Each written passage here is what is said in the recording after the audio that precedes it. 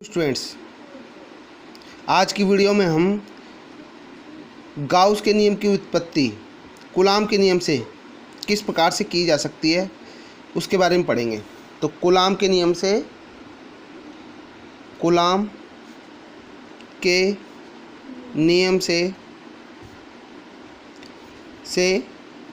Gauss के नियम की व्युत्पत्ति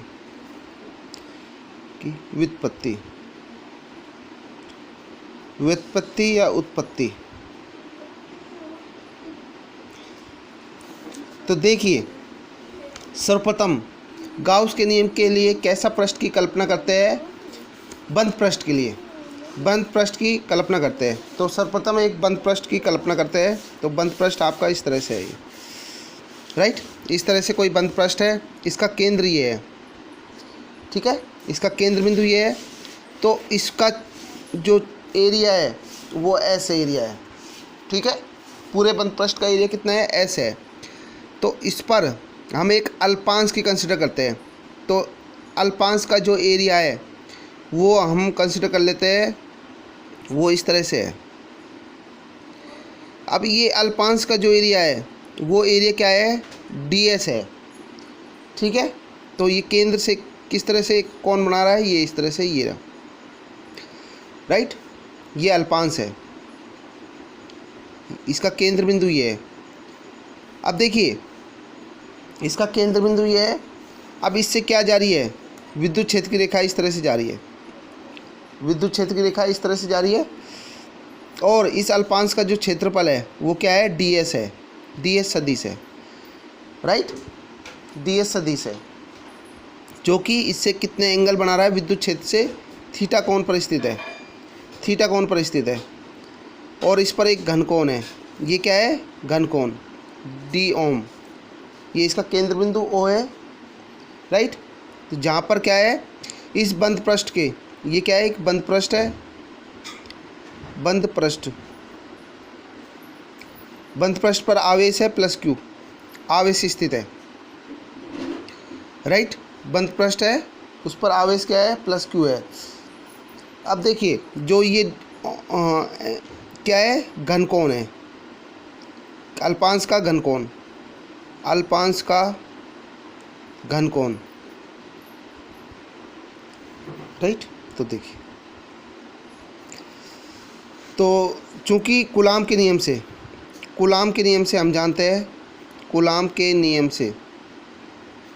से विद्युत क्षेत्र सदिश ई सदिश बराबर होता है के क्यू अपॉन आर स्क्वायर। क्योंकि यहाँ सदिश लिया है तो यहाँ पे आर कैप आएगा, राइट, ठीक है। तो कितना हो जाएगा ये?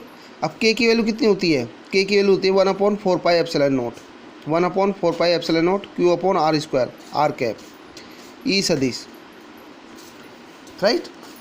अब देखिए, इस क्षेत्रफल अल्पांश पर से संबंध विद्युत फ्लक्स क्या होगा? मतलब इस बंद पृष्ठ से जैसे विद्युत फ्लक्स इससे कितना निकलेगा? इस तरह से। अब हम इस एरिया से, जो अपन अल्पांश माना है, इस एरिया से कितना फ्लक्स संबंधित होगा, कितना फ्लक्स गुजरेगा इससे, तो वो फ्लक्स की कैलकुलेशंस करते हैं। उसके लिए क्या है कि इस क्षेत्रफल अल्पांश ds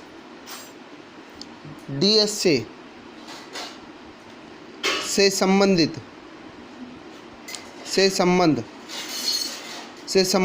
विद्युत फ्लक्स। तो डी फाई, क्योंकि अल्पांश से पे निकाल रहे हैं, तो क्या होगा?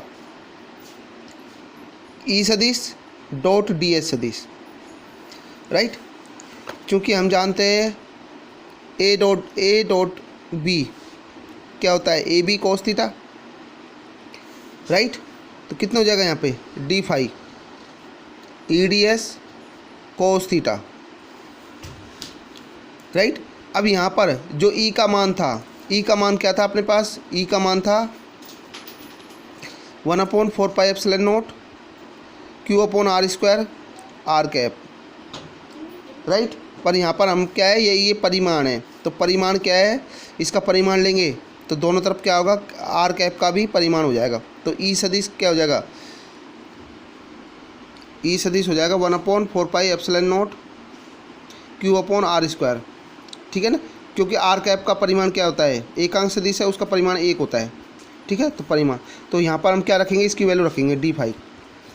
ई सदिश की वैल्यू क्या आएगी 1/4πε0 Q/r² ds cos थीटा। ठीक है, तो ये क्या हो जाएगी, आपकी समीकरण 1 हो जाएगी, राइट। अब देखिए, ये तो हम किसके लिए निकाला था, एक अल्पांश के लिए निकाला था। तो हमें पूरे बंद पृष्ठ पर संबंधित फ्लक्स निकालना है। ठीक है, इस अल्पांश पर फ्लक्स की जो वैल्यू आई थी वो क्या आई थी, d5 आई थी, लेकिन हमें तो क्या है, संपूर्ण पृष्ठ के लिए, बंद पृष्ठ के लिए निकालना था। तो क्या होगा, अतः संपूर्ण बंद पृष्ठ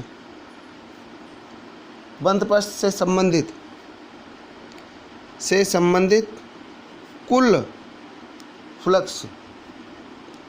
विद्युत फ्लक्स क्या होगा, फाई। तो उसके लिए क्या आएगा, close integration S surface area d5। जो d5 है उसका टोटल का क्या लगा दिया, क्लोज इंटीग्रेशन। ठीक है ना, यानी बंद समाकलन लगा दिया।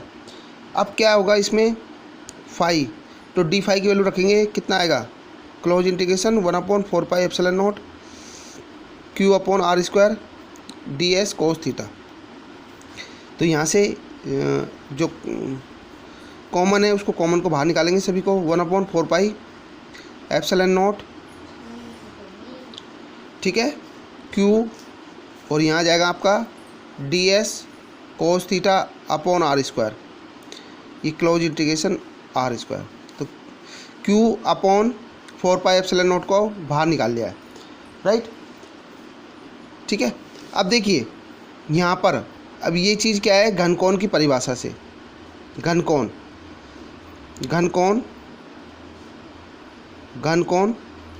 की परिभाषा से, तो डी ओम बराबर कितना हो जाएगा आपका, डी ओम होगा ds cos theta upon r², right. D ओम क्या होगा, ds cos theta upon r²। तो यहाँ पर जो ये वैल्यू है ds cos theta upon r², इसकी जगह क्या रखेंगे, डी ओम, इसको क्या बोलेंगे, डी ओम बोलेंगे। ठीक है, डी ओम। तो यहाँ पे क्या रखेंगे, इस डी ओम की वैल्यू रखेंगे। घनकोण क्या होता है, 3D ठोस आकृति में मापा गया कोण होता है। तो वैल्यू रखेंगे यहाँ पर, क्या आएगा, फाई Q/4πε0। ठीक है, ये इंटीग्रेशन, यहाँ पर डी ओम रखेंगे, राइट। अब देखिए जो टोटल घनकोण है वो कितना बनेगा, यहाँ से लेके, इस केंद्र से लेके पूरा टोटल कितना बनेगा, 360 डिग्री बनेगा। ठीक है, यहाँ से स्टार्ट करते हैं, तो यहाँ से यहाँ तक कितना बनेगा टोटल, 360 डिग्री। तो 360 डिग्री को क्या लिखते हैं अपन, 4π, राइट। तो टोटल कुल घनकोण क्या होगा, इसलिए एस डी ओम इक्वल टू हो जाएगा 4π हो जाएगा। तो यहाँ पर हम क्या रखेंगे, इसकी पूरी की वैल्यू, यहाँ पर इसकी वैल्यू क्या रखेंगे, 4π रखेंगे। कितना हो जाएगा ये, phi equal to Q/4πε0 into 4π। 4π से 4π कैंसिल हो गया, तो फाई की वैल्यू कितनी आएगी, Q/ε0। तो इस तरह से, और यही रूल आपका क्या होता है, गाउस का नियम कहलाता है। ठीक है ना, यानी बंद पृष्ठ से संबंधित कुल आवेश समेशन Q और निर्वात की विद्युतशीलता के 1/ε0 के गुणनफल के समान होता है। यही गाउस का नियम है। अब देखिए गाउस के नियम की क्या है, कुछ एप्लीकेशंस है, कुछ अनुप्रयोग है। तो उसके लिए उसके क्या है, टोटल 5 अनुप्रयोग है, वो आपके सिलेबस में है, उनको हम 1 बाय 1 डिस्कस करेंगे। ठीक है, तो एक बार मैं आपको पाँचों का नाम बता देता हूँ कौन कौन से है। तो पाँचों जो आपके हैं वो कौन कौन से हैं, ये इस तरह से है यहाँ पर। तो देखिए, गाउस के नियम से अनंत रेखीय आवेश के कारण विद्युत क्षेत्र। ठीक है, दूसरा क्या है, अपरिमित समरूप आवेशित अचालक परत के कारण विद्युत क्षेत्र, ठीक है, यानी यहाँ पर अचालक परत के कारण है, ये तो अनंत रेखीय आवेश के कारण है, ठीक है, और ये किसके कारण है, अगला कारण है चालक पट्टिका के कारण, ठीक है, चालक पट्टिका के कारण। इसके बाद चौथा है गोलीय कोष के कारण, गोलीय कोष के कारण विद्युत क्षेत्र की तीव्रता। नेक्स्ट है आवेशित चालक गोले के कारण। नेक्स्ट है समरूप आवेशित अचालक गोले के कारण। तो ये टोटल 5 से 6 कंडीशंस है, इनको हम 1 बाई 1 डिस्कस करेंगे। तो आज हम पहला ले लेते हैं। पहला कौन सा है आपका, पहला है आपका अनंत रेखीय आवेश के कारण। तो अनंत रेखीय आवेश के कारण किस तरह से विद्युत क्षेत्र की तीव्रता कैलकुलेट करते हैं, तो वो देखिए। पहला टॉपिक है आपका गाउस के नियम से, गाउस के नियम से अनंत रेखीय आवेशित तार के कारण विद्युत क्षेत्र। तो देखिए सबसे पहले एक क्या कंसीडर करते हैं, यहाँ पर एक तार लेते हैं। ये एक तार ले लिया और ये कैसा है, अनंत आवेशित है, ये रहा अनंत है, ये क्या है, इन्फानाइट है। अब इन्फानाइट है तो यहाँ पर क्या है, ये तार की लेंथ क्या है, फिक्स है, एल है। तो टोटल क्या ले लेते हैं, इसका ये केंद्र बिंदु एल है, केंद्र बिंदु ओ हो गया, ठीक है, ये केंद्र बिंदु हो गया। हमें इस केंद्र बिंदु ओ से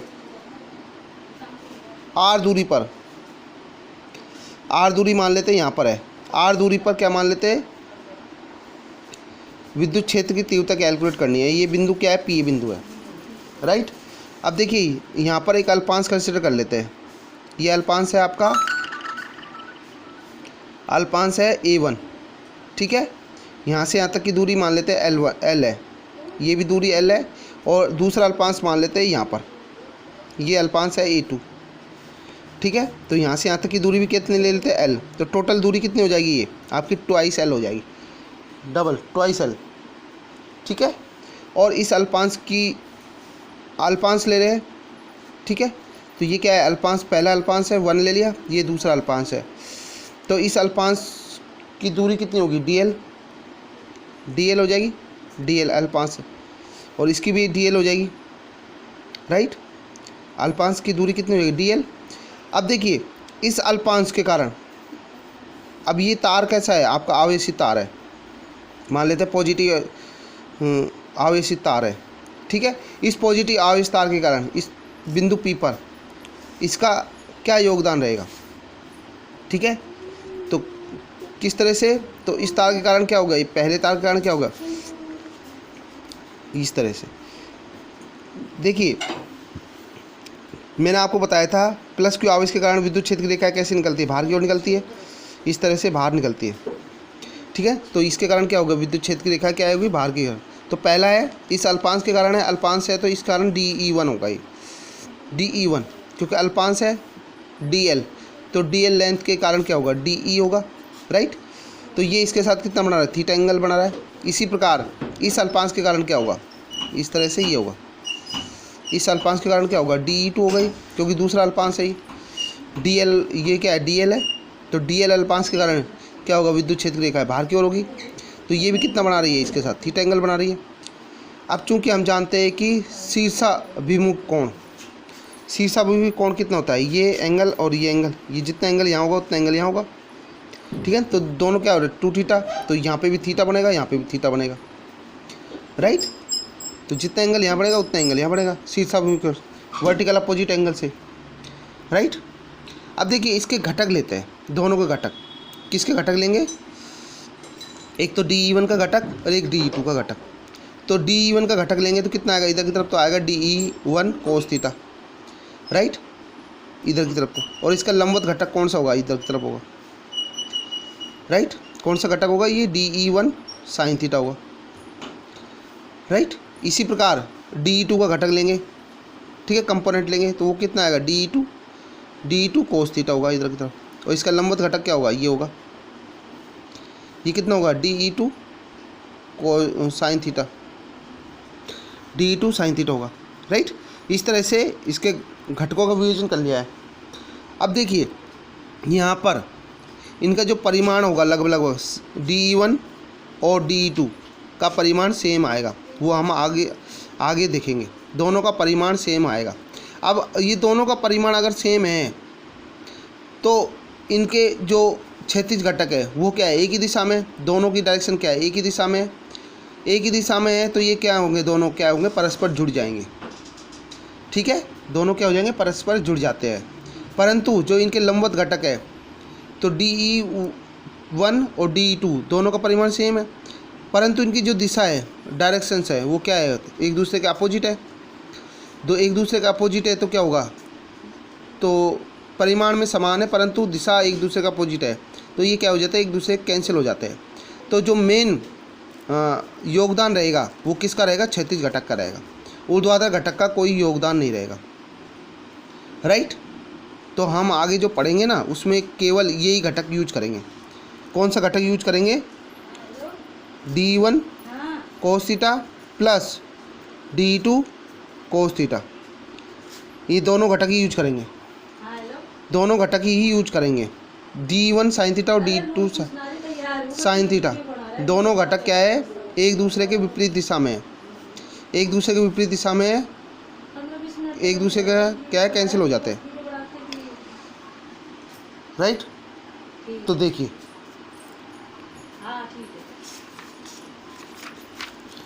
अब देखिए गाउस के नियम के लिए हम क्या करते हैं, बंद पृष्ठ की कल्पना करते हैं। तो बंद पृष्ठ क्या होगा, इस तरह से ये होगा, ये क्या है आपका अनंत रेखीय आवेश था, ये रहा इस तरह से,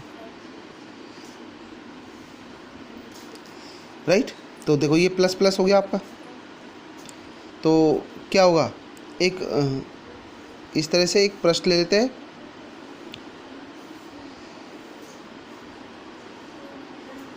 ये एक बंद पृष्ठ हो गया आपका। इसके हम क्या है, तीन भागों में सरफेस को, सतह को 3 भागों में डिवाइड करते हैं। तो पहला क्या होगा, ये S1 सतह है, ये कौन सा हो जाएगा आपका, S2 हो जाएगा, ठीक है। और ये कौन सा हो जाएगा, वक्राकार पृष्ठ हो जाएगा S3, ये S3 हो जाएगा वक्राकार, राइट। अब देखिए यहाँ पर क्या है, एक अल्पांश, इसका छोटा सा एरिया लेते हैं, तो इसका एरिया क्या होगा, DS होगा। तो वो क्या है, इसकी ऊपर की ओर है DS सदिश। इसमें विद्युत क्षेत्र की रेखा कैसे जा रही है, सारी ऐसे जा रही है, बहुत सारी लाइन्स कैसे जा रही है, ऐसे जा रही है, ये रही E1, ठीक है, इस तरह से जा रही है, टोटल E है, राइट। इसके कारण क्या होगा, इसके कारण क्या होगा, इधर की तरफ होगा, ये DS होगा इधर की तरफ, ठीक। इस पर विद्युत क्षेत्र की रेखा है वो इस डायरेक्शन में जाएगी दोनों, और इसके कारण क्या इतना होगा, ये आपका देखिए विद्युत क्षेत्र की रेखा भी इधर की तरफ जा रही है, ठीक है, विद्युत क्षेत्र की रेखा इधर की तरफ जा रही है, और इसका जो अल्पांश का क्षेत्रफल है वो भी इधर की तरफ जा रहा है, राइट। अब यहाँ हम देख सकते हैं कि देखो यहाँ पर ये क्या, ई सदिश दोनों के बीच में 90 डिग्री है, इसके बीच में भी 90 डिग्री है, और परंतु ये दोनों क्या एक ही डायरेक्शन में है, तो एक ही डायरेक्शन में होने के कारण क्या होगा, दोनों के बीच में 0 डिग्री एंगल है, ठीक है। तो वो हम आगे यूज करेंगे। अब देखो गाउस के नियम से, गाउस के नियम से क्या होता है, फाई इक्वल टू होता है summation Q upon epsilon naught, ठीक है। पर यहाँ पर रेखीय आवेश घनत्व से, रेखीय आवेश घनत्व से क्या हो जाएगा, लैम्बडा इक्वल टू हो जाएगा समेशन Q अपॉन L, ठीक है, क्या हो जाएगा, राइट। यानी प्रति एकांक लंबाई पर जो आवेश है वो क्या होगा आपका, रेखीय अपृष्ठ आवेश घनत्व क्या होगा, तो समेशन Q इक्वल टू कितना होगा, लैम्बडा L हो जाएगा। तो समेशन Q की जगह क्या रखेंगे, लैम्बडा L रखेंगे। तो देखिए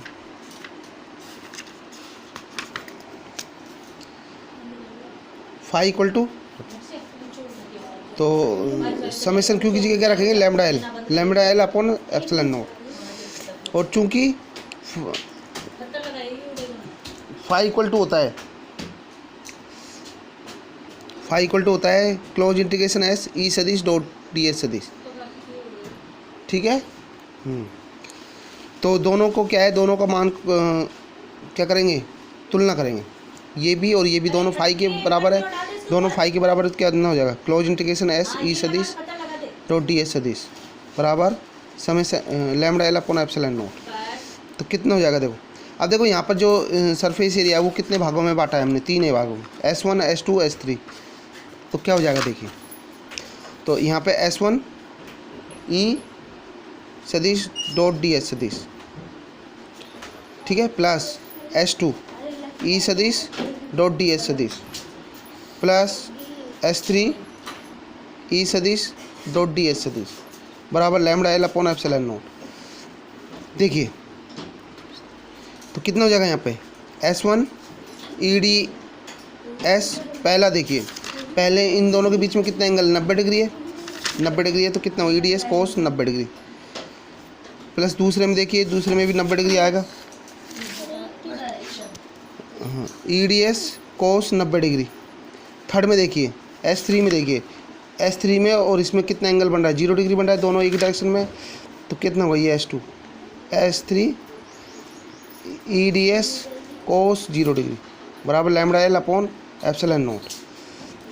कोस 90 की वैल्यू कितनी होती है, कोस 90 की वैल्यू होती है आपकी 0, तो ये कितना हो जाएगा 0 प्लस 0, अब कोस 0 की वैल्यू कितनी होती है, 1 होती है, तो कितना हो जाएगा ये S3 E D S cos 0 की वैल्यू 1 होती है, 1 lambda L upon epsilon not, right. अब देखो अपने पास फाइनली कितना आया, S3 E D S cos theta epsilon not. देखो ई क्या है, एक समान है सभी पे, इस पर क्या है, सभी पर, यहाँ पे विद्युत क्षेत्र की रेखा कैसी जा रही है, एक समान है सभी पर, यहाँ देखिए ये भी ई है, ये भी ई है, तो इसको क्या है, ई नियत है, एक समान है, एक समान विद्युत क्षेत्र के लिए, ई क्या है, एक समान विद्युत क्षेत्र, एक समान विद्युत क्षेत्र के लिए क्या हो जाएगा, ई नियत हो जाएगा, ई नियत, तो कितना हो जाएगा, इसलिए ई को बाहर निकाल लिया, तो ये एस ई को बाहर निकाल लिया, S3 डी एस बराबर lambda L upon epsilon naught, ठीक है। तो कितना हो जाएगा आपके पास, तो अब देखिए जो तीसरे का जो एरिया होगा वो कितना होगा आपका, क्योंकि इसकी जो त्रिज्या है वो कितनी होगी, R होगी, इसकी लेंथ कितनी है, टोटल L है, तो कितना हो जाएगा इसका वक्र पृष्ठ का surface area 2 pi R L, S3 ds 2 pi R L, ठीक है ना। तो यहाँ पे रखेंगे E into 2 pi R L, 2 pi R L बराबर कितने हो गया, lambda L upon epsilon not, L से एल कैंसिल हो गया, ठीक है। तो कितना हो जाएगा यहाँ पे आपका, E बराबर हो जाएगा lambda upon 2 pi R epsilon naught, ठीक है ना, ठीक है। तो यहाँ पे क्या होगा, E proportional to 1 upon R हो जाएगा। तो इसके लिए ग्राफ बनाते हैं, तो R यहाँ रखेंगे, E यहाँ रखेंगे, तो ग्राफ किस तरह से आएगा, इस तरह से, ठीक है, राइट। तो आज के लिए इतना ही।